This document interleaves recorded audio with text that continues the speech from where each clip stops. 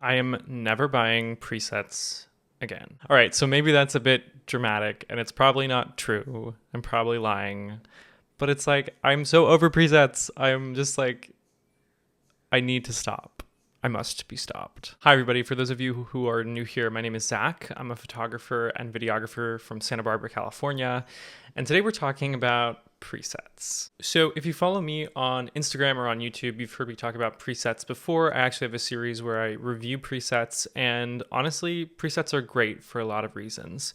You can learn how other photographers color grade. They can speed up your workflow. They can build consistency into your work. Basically, they're tools to make your life as a creative person easier, and that's awesome. But the downside of presets is that oftentimes photographers, people will just sell them without having put in the work ahead of time, and presets can get really expensive.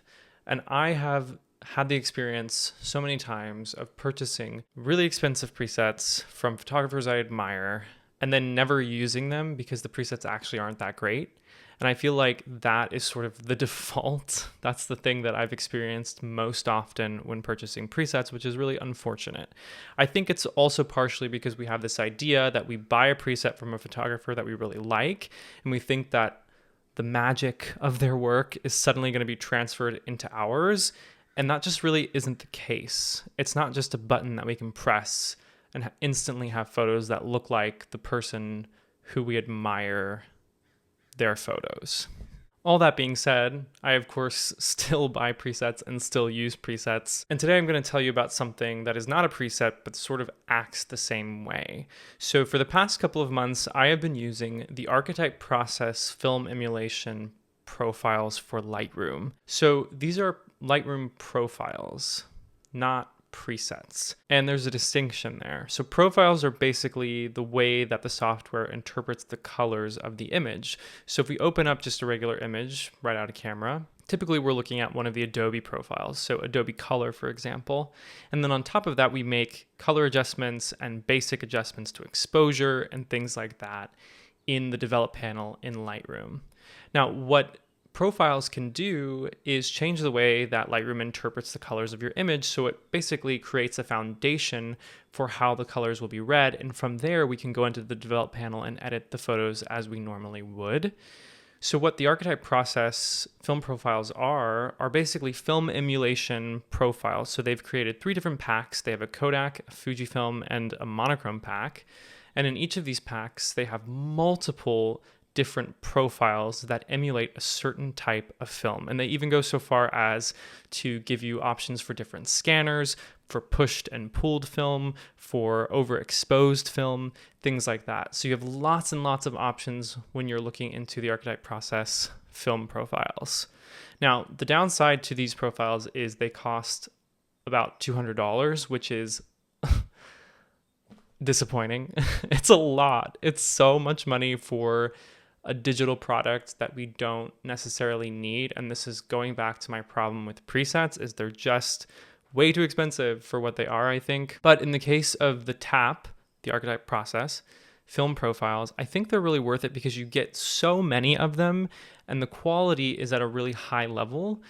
You can basically use them however you want to. And in my experience, they make work look really professional. They're very consistent.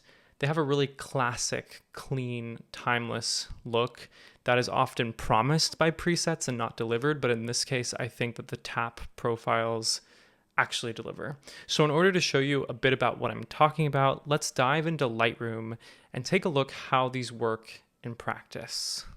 Okay, so we're going to dive right into an elopement that I shot earlier this week at the Santa Barbara County Courthouse.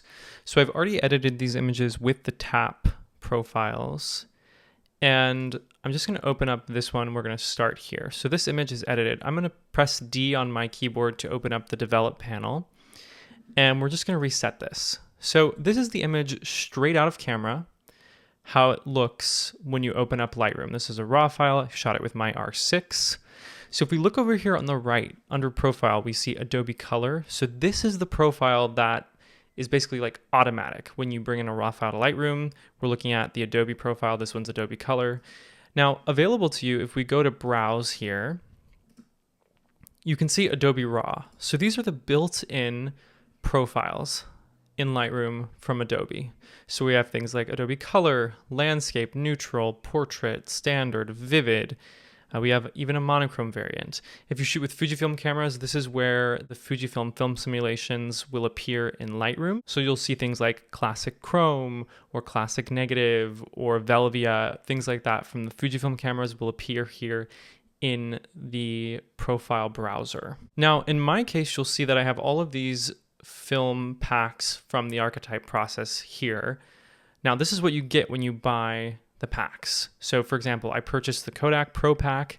I have 3 folders here filled with Kodak profiles. And you can also see that the first one has 72 different profile options. The second one is a pushed by one stop variant that has 32. And the third one is a pushed by 2 stops variant that has another 32. So you're getting a lot of profile options. Let's open up the normal here and I'll just show you what this looks like. So these are all of the options of the profiles that are available to you when you buy this Kodak pack. It's overwhelming, and I was definitely overwhelmed at first, but we're going to talk about how to make this a little bit more manageable. Let's dive into a little bit about how to read these profiles. So you can see we start with Ektar 100. This is the film stock, -1, normal, frontier.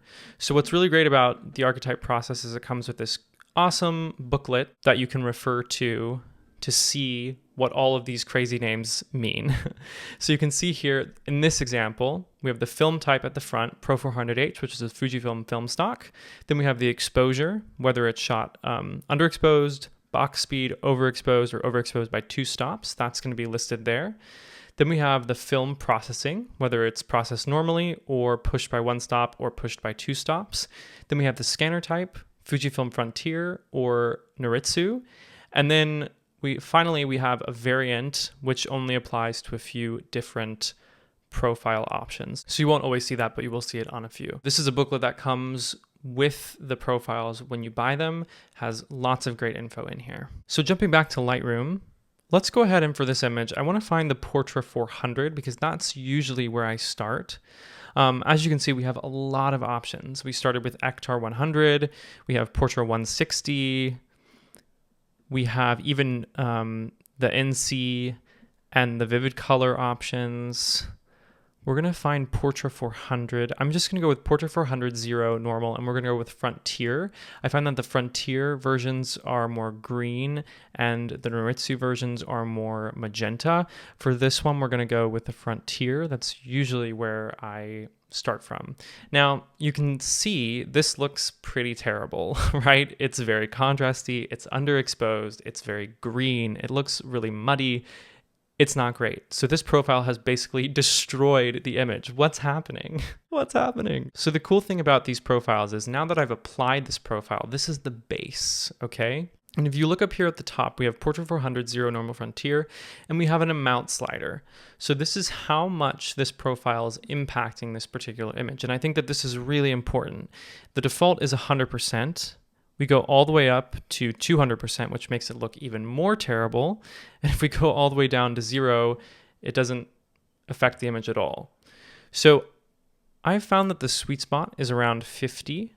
So I'm going to go ahead and enter that, and you can see it already looks a lot better. Now I'm going to go ahead and close my profile browser here, and we're going to look at the develop panel here in Lightroom. So you can see that all of my settings are at the defaults. Nothing has been changed in the develop panel other than the profile. So if I do a before, that's what it looks like straight out of camera, and after, this is what it looks like with the film profile.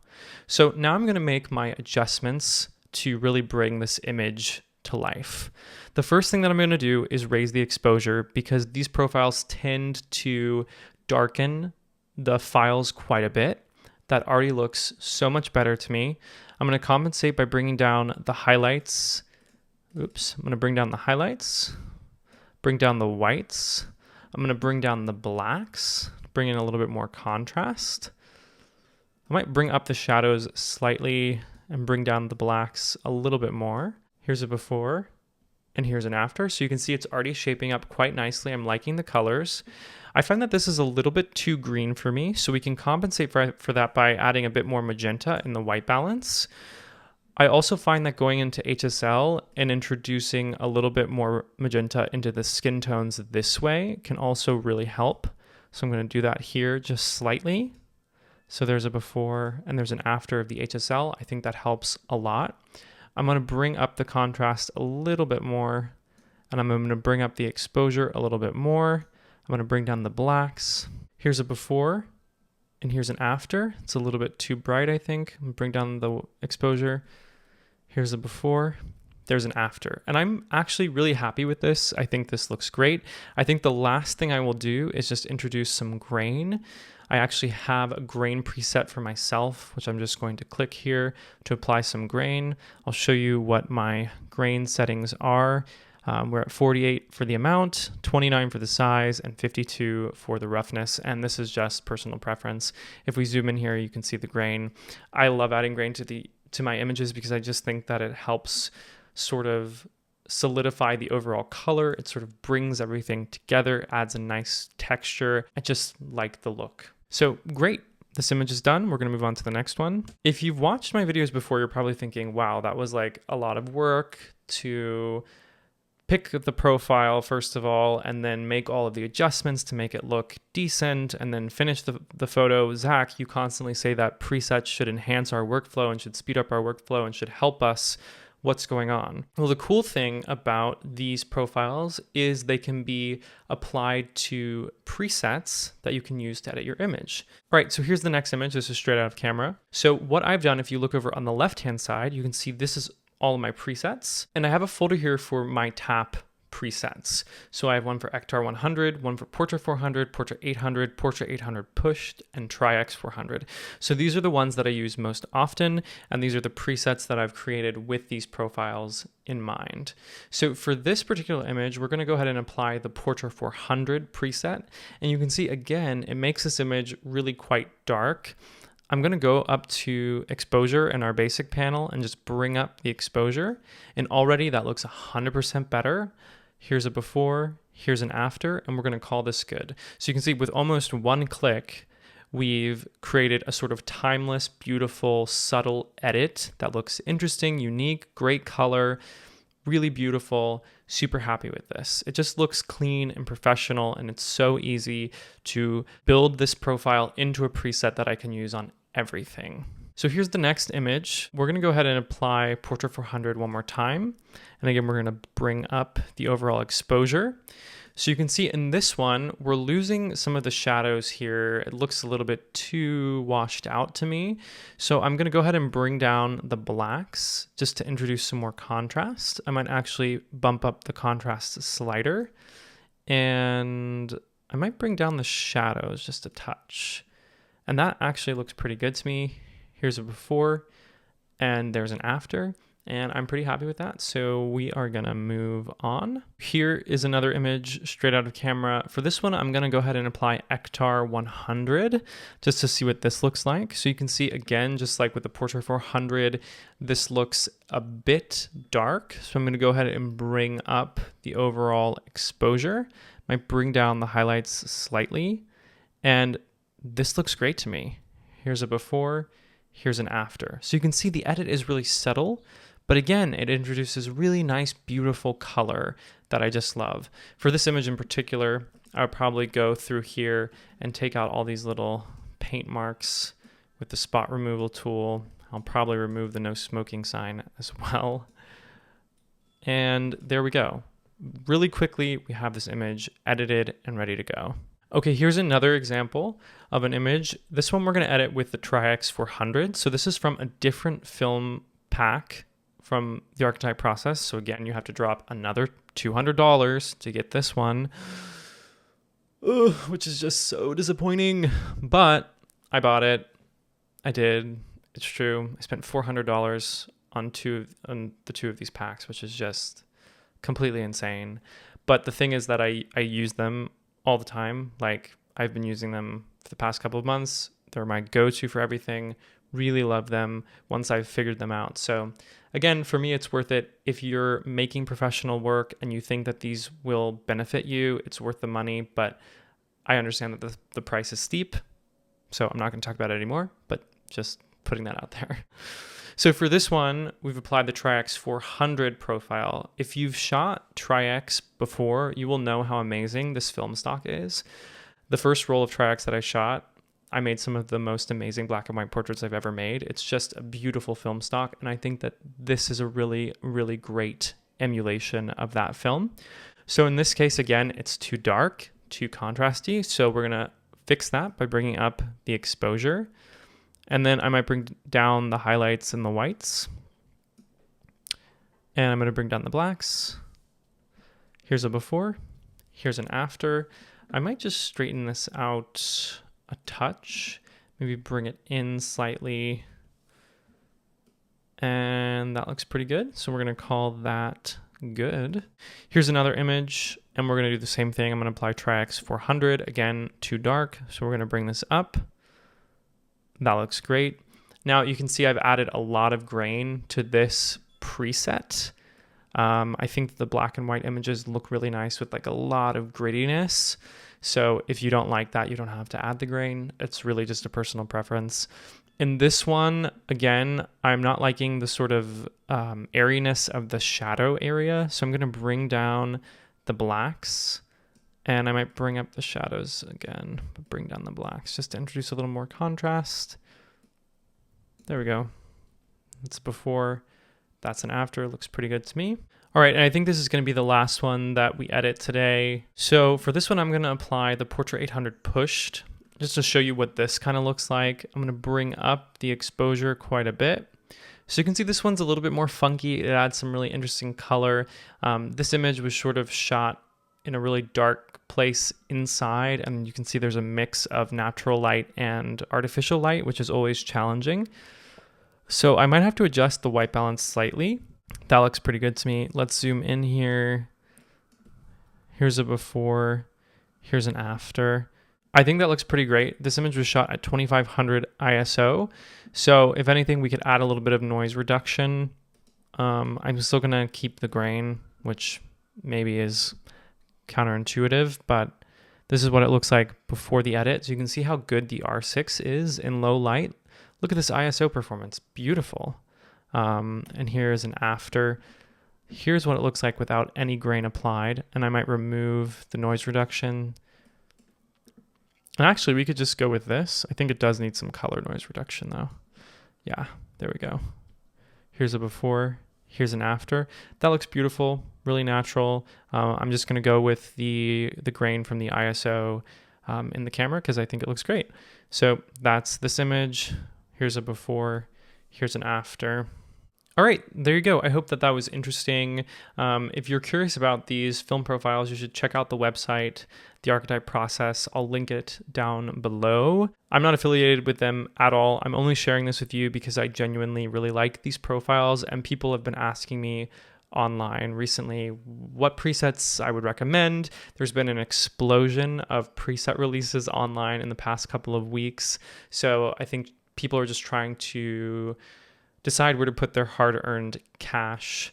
The one thing I will say is just remember that presets are not necessary. They are tools that we can learn from, that we can use in our workflow, but they're not the end-all be-all, and they're not going to make your work look like another photographer's. Your work isn't going to look like theirs because you're not them. And I think that that is super, super important to know and understand, is that everyone shoots in a different way, and presets, while they might be the same way that someone edits, they're just not going to be the same work. It's not a magic button. So if there's one thing I can stress, is just know that. And with that, we are done with this YouTube video. Thank you for watching. If you're new here, consider subscribing to the channel. I'd love to see you at the next one.